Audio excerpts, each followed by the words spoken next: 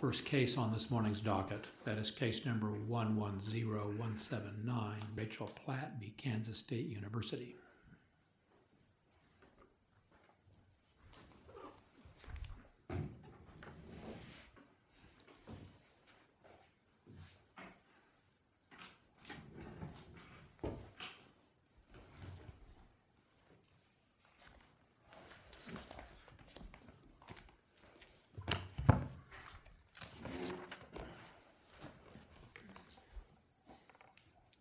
May it please the court.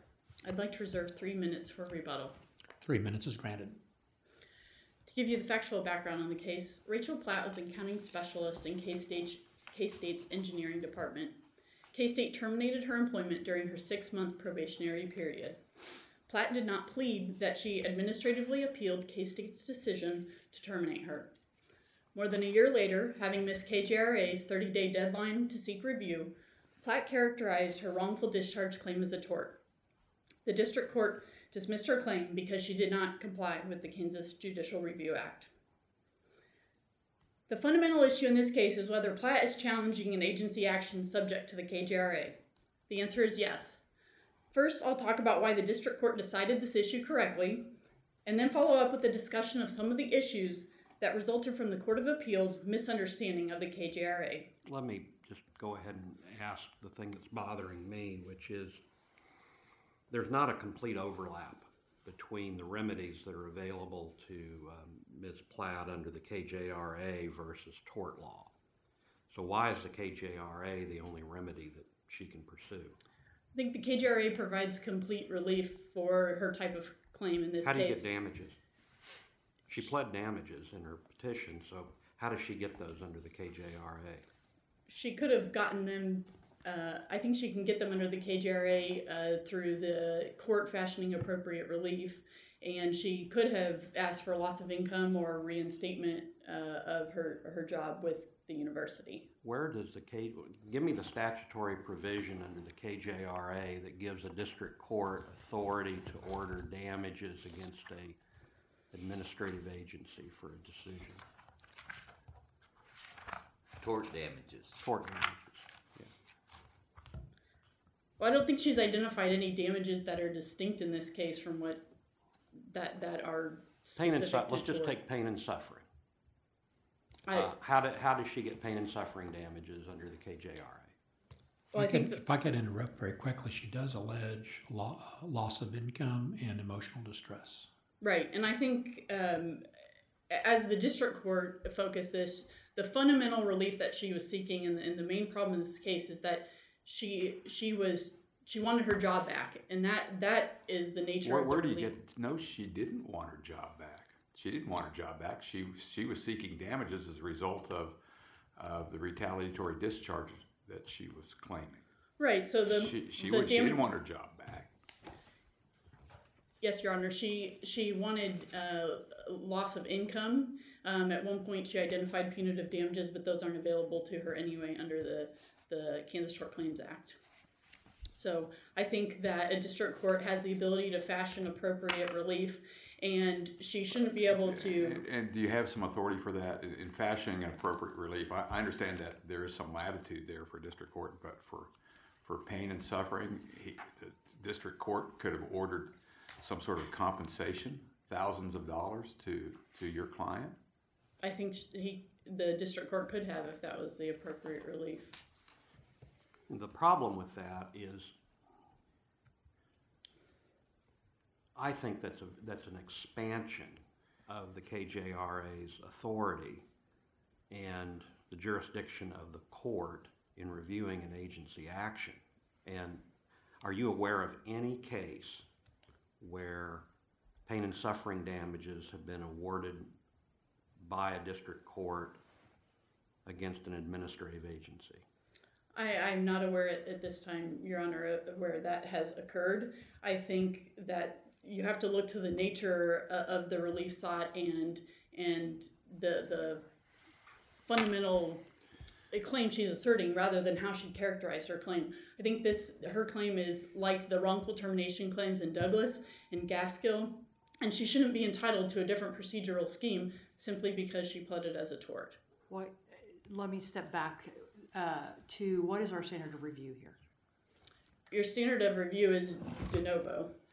Based on this being a motion to dismiss? Yes, this is a motion, decided at a motion to dismiss. And it sounds to me like you are not taking her pleading on its face, that you're trying to read something into the pleading that's not there. Because the pleading as it's written is that she's seeking damages including emotional distress. At a motion to dismiss stage, can we look beyond that to what you're suggesting her real goal is here? I think you can look to substance over form in determining whether there should be a different result. How do you get to substance though when you're doing a ruling on a pleading? Is that more of a summary judgment type of thing? You're bringing in something outside the pleading? I don't think so. I think this this is similar to situations where a plaintiff might try to plead something in tort instead of contract in order to have a different statute of limitations apply. That's exactly the issue that's happening in this case. Is she's trying to characterize her wrongful termination claim as a tort to avail herself of a longer statute of limitations. Is there anything wrong with doing that? Why can't she choose her remedy and bring the action the way she wants to carve it rather than the way K-State wants her to do it? Because this court has previously said that it's based on the substance of the claim as to what statute of limitations apply, and you can't recharacterize or creatively characterize your claim to avoid that. And that's the Basket case, and I think there's also a case by the name of Bowman versus Vanneman. I think I might understand that if she was seeking reinstatement, but she doesn't plead that. And she could have sought loss of income from the university, and in fact she did want her job back. Now we're taking it at the pleadings, and so that's what we have here. But I think this case is more akin to the cases like Gaskill and Douglas, where a professor at similar or same university brought a wrongful termination claim, and the court concluded that it is subject to the KJRA, and the same thing in the Highland case. Those were cases brought under contract. Isn't there a distinction between contract and the tort of retaliatory discharge? I don't think in this case there is a substantive distinction as set forth by the district court. I think the substance of her claim is the same. It's that the university terminated her, and it shouldn't have. And so I think it should be governed by the same standards and the same procedural requirements. Do you agree that the petition does not anywhere claim she wants reinstatement? Yes, Your Honor. I do agree with that. So how do you insert that into her pleading?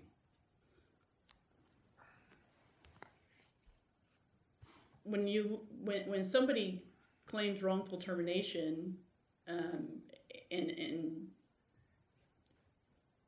that is one of the relief that's typically sought. You're right that it's not in her petition, but even if she's seeking loss of income, I think you can arrive at the same point. And I think it's only because she waited to bring her claim that she now claims the scope of harm grew into emotional distress damages or the like. You answered Justice Lukert's question as our review standard being de novo, but in particular, when we review a motion to dismiss, can you tell us what our standard is and what the district judge's standard was as well? Yeah.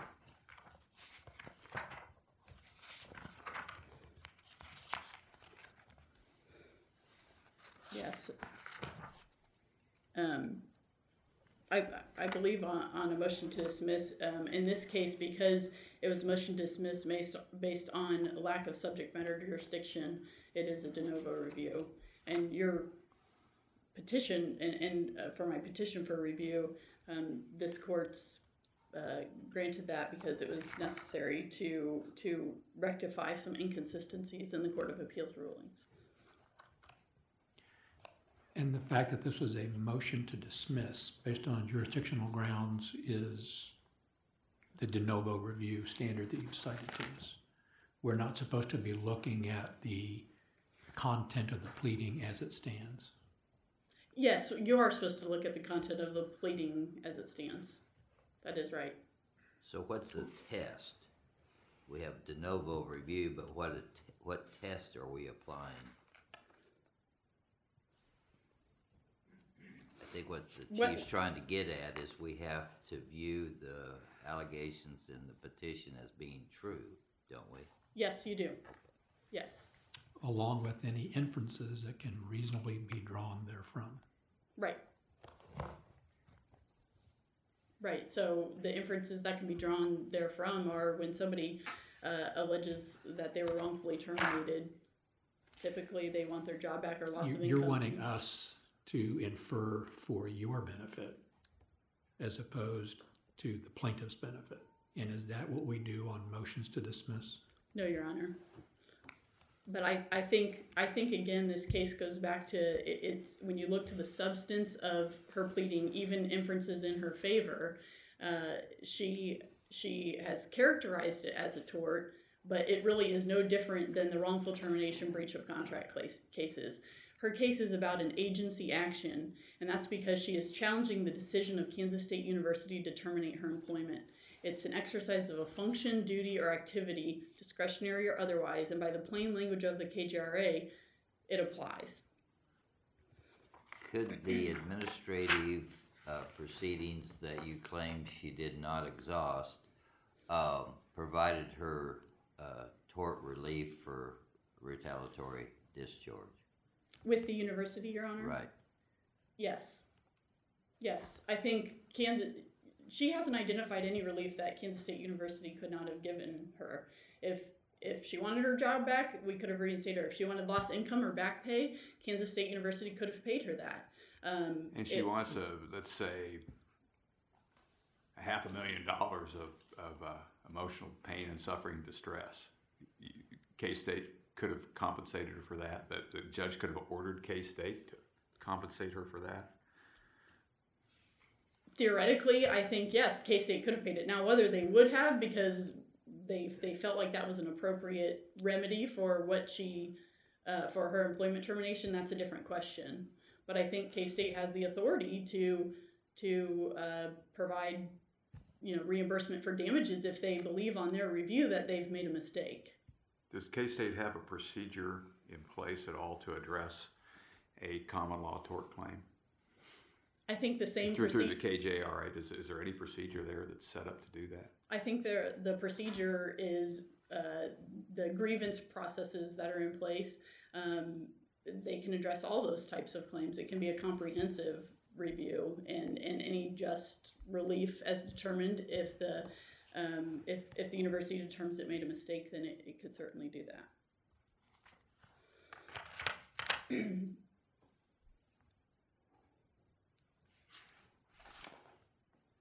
Again, the district court looked at the substance of Platt's claim to assess whether she challenged an agency action subject to the KJRA. It explained that the way a claim is pled is not dispositive of what procedural requirements apply. This is consistent with this court's opinions that say plaintiffs can't characterize a claim in a particular way to avoid the statute of limitations. And when looking at Platt's claim, it is clear that she seeks review of K-State's decision because she claims the decision to terminate her was wrong. Therefore, she challenges an agency action subject to the KJRA, and KJRA is a specific statutory scheme here applies. The district court also correctly distinguished the Lindeman case on which Platt relies. Platt tried to categorically exempt her claim from the KJRA based on one line from Lindeman that says that the KJRA does not apply to civil tort actions against an administrative agency.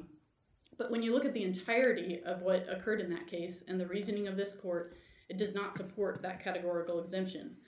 The Lindemans were daycare center operators who sued the state health department for violating their civil rights, malicious prosecution, and abusive process. KDHE suspended the license for one of the daycare centers, and it resulted in it closing. Even though it passed reinspection, KDHE then refused to lift the suspension unless the Lindemans agreed to certain stipulations. But ultimately, the subsequent administrative proceeding resulted in a voluntary dismissal by KDHE in favor of the Lindemans. So the Lindemans were ultimately successful before the administrative agencies, and they did not have anything to appeal. The abusive process and malicious prosecution claims were not challenging decisions within the agency's duty, function, or activity. Instead, the Lindemans brought separate actions that did not challenge the agency's determination on their license. that determination had already ended in their favor. And their separate causes of action notably did not accrue until after the KJRA statute of limitations had expired. And that is why this court held that the KJRA did not apply to those tort claims. While the court got it right in Lindemann, it included one phrase that perhaps is too broad to be entirely consistent with the KJRA as applied to state agencies. This case is different and provides the court the opportunity to clarify Lindemann's language so it is clear that an agency's employment decisions are agency actions subject to the KJRA. Because Platt challenged that K-State's employment decision or determination was wrong, it necessarily follows that she sought review of an agency action under the KJRA, just as it did in Douglas and the Gaskill cases. And that is true. Excuse me, counsel. Sure. You're well past your time, and I've been waiting for you to take a break so I can announce that, because apparently you're not able to read that on the monitor in front of you. Oh, okay, sorry. I didn't realize that it started. My apologies, Your Honor. That's all right. I was waiting for a logical break, and after you finished talking about the Lindemann case, I was going to cut you off, and it sounded like you were going to read more cases to us. So let's consider your time at its end unless we have any further questions. All right. Thank you, counsel. Thank you, Your Honor.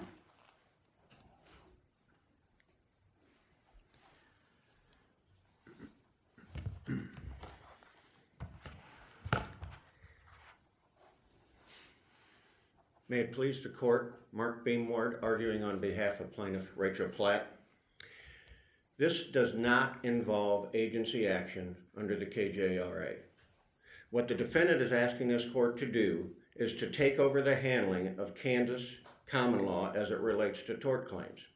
This is a motion to dismiss, and as the court indicated, the standard of review is to take all of the facts pled by the plaintiff in her petition as true and all the reasonable inferences therefrom.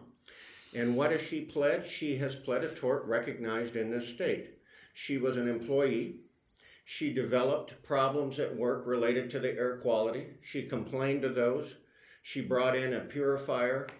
The state changed the filters. They brought in an industrial hygienist. She developed respiratory problems, asthma, headaches. She missed time from work. She sought doctors with regard to this. And then she was terminated for missing work related to those problems that developed with regard to the air quality. And once she left, those problems went away. That is a claim acknowledged under Kansas common law for the tort of retaliatory discharge for having a workers' compensation claim or a potential workers' compensation claim. Now, why is that outside of the Kansas Judicial Review Act? Because committing torts is never an agency action.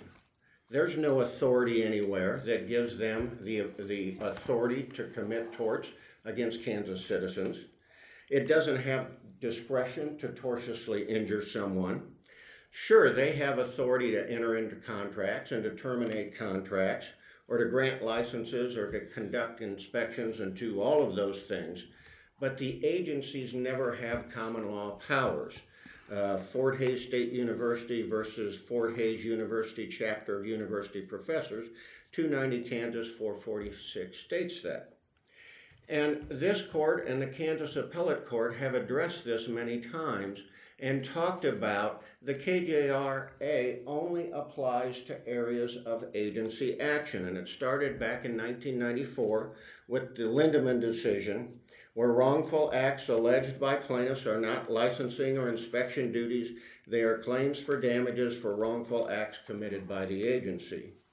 And counsel cited the Douglas case, and I think that's very important with regard to that, because this is what the court said in Douglas, and I'm quoting, "In Lindemann, the action was pled in tort, and the agency had no power to grant the relief requested. It therefore was a separate action maintainable outside the exclusive provisions of the KJRA." And I'll get into that a little bit later, and Your Honors questioned the petitioner in that regard. There is no ability to grant common law relief by an agency. That is a function of the judicial branch. The judicial branch determines what the Kansas common law is, and the plaintiff has a right then to either with a judge or jury request the appropriate damages, which can't be granted by Kansas State University, monetary damages for lost wages, for future lost wages, for pain and suffering damages. And as long as I'm there, I will get to it just a little bit. In these cases, a lot of times, the emotional distress damages can be more than the lost wages. There is a stigma associated with a person who on their resume has to show that they were terminated after 6 months. And there is a stigma associated when you're terminated by Kansas State University, probably one of the best employers in the region where the plaintiff lives. And there is the financial distress that the loss of a job could cause to her and her family, and those can be significant. There is nothing in any statute that gives K-State University the ability to determine or award that type of damage for the plaintiff. This court and the What court... about her argument that K-State's position that the district court could have fashioned some sort of remedy in that the KJRA allows the district court to fashion a remedy that would account for I have never seen anything that would indicate their ability to do that, but the whole system is, this is not an agency action, and it should never be considered an agency action. The commission of a tort is nowhere to be found in any statute or any regulation that has been adopted by the legislature or promulgated by an agency in terms of their ability to do that. Did you ever address with the district court the district court's finding that the fundamental relief sought was reinstatement of employment? Do you know where that came from? I have no idea what that came from. Did you ever try to say, Judge, that isn't what we're seeking? Was there ever any attempt to not in that way, Your Honor, but I did file a motion for reconsideration where I believe that the judge was taking things outside of the pleadings with regard to the remedies that were available and those sorts of things, and the exhaustion of administrative remedies. And I even offered to the court to turn it into a motion for summary judgment and consider additional documents if it so wanted to, because based on the facts, I believe that the pleading of a tort action is outside of the KJRA. The court denied my request for reconsideration. That's in the record, I believe, at page 55 through 75 in terms of the motion and the memorandum that was in support of that. With regard to that last issue, with regard to the common law damages too, this court in Campbell versus Husky Hogs indicated that the court has previously criticized the allocation of a common law action by an administrative agency with regard to the ability to award those damages, such as pain and suffering damages. And in the Kansas Building Industry Workers case, the court also rejected the KJRA. That had to do with constitutional issues by saying that the agency could not provide all of the relief requested by the plaintiff. In that case, it involved actually ordering an agency to possibly take money out of the Kansas Treasury and put it back into various accounts. And they said the agency had no power to do that. Again, those are judicial functions. The common law torts in Kansas, interpreting the Constitution, those are never and should never be considered agency action. That is the function of the judiciary, and the plaintiff is entitled to come before a district court and a jury and to plead those facts and attempt to prove those facts and to receive a verdict, either favorable or unfavorable to her. Counsel, if we agree with K-State and that this is covered by the KJRA, in your view, what relief would what type of relief would your client be entitled to? If it were under the KJRA as a probationary employee, I don't know that she had any relief that was available to her. However, if she would have been a non-probationary employee, I believe she could have had her job be reinstated. I haven't seen anything that allows for the awarding of back pay. So limited to reinstatement, is that what you're saying? Well, that's the only thing that I have seen. I have not seen any statute or regulation that says you're entitled to award back pay, back benefits, or pain and suffering damages. So I believe it would have been reinstatement only. And And if, again, and if your client has not asked for reinstatement, where does that leave this court? that leaves this court with her tort action. Well, assuming that the KJRA did apply. Oh, okay. And she's not asking for this sole relief that you say is available to her, then where are we? I don't think she has relief, and I don't think that she can receive any relief from the court in terms of the tort that she claims has been committed against her. And I don't know that if we want to get into this, but again, it's part of the motion for reconsideration, and the district court's assumption that there were administrative remedies available to her. My client begged her supervisor in the HR department at KU to get her job back initially, and she was told, "You have no rights here, it's final." And so now the argument is, well, we would have reinstated you and you would have done anything else. No, those options were not available to her. So she has exercised her right to plead a tort action and to seek the damages of lost wages, pain and suffering damages. And that's what she was seeking within her petition. And as this court has said, and I went through some of the cases, and it has gone, the Lindemann case, at least from what I can see, has routinely been adopted and accepted by this court. In 2005 in State versus Jones, in the 10th Street Medical versus State in 2009, the Kansas Building Industries case I cited earlier, and most recently in Stormont Vale versus Shawnee County Commissioners just last year. This court said the Lindemann case is still the law of the state of Kansas, and wrongful acts committed by an agency are not within the purview of the Kansas Judicial Review Act. And because of that, I would request that the decision of the Court of Appeals be affirmed and the case be remanded back to the district court for further proceedings in terms of discovery and potential resolution of the case. Do we have any further questions? Thank you, counsel. You reserve 3 minutes for rebuttal. I just want to go back to the question about whether the court could award damages to Platt, and I think under KSA 77-622, it allows the court to award damages if authorized by other statute. It is authorized under the Kansas Tort Claim Act to provide damages if they fit that. So she could have brought her claim under the procedural requirements of the KJRA in compliance with those procedural requirements and still made any claim that she had, including that type of claim. Just as if somebody can bring a constitutional claim. It's very similar in that regard.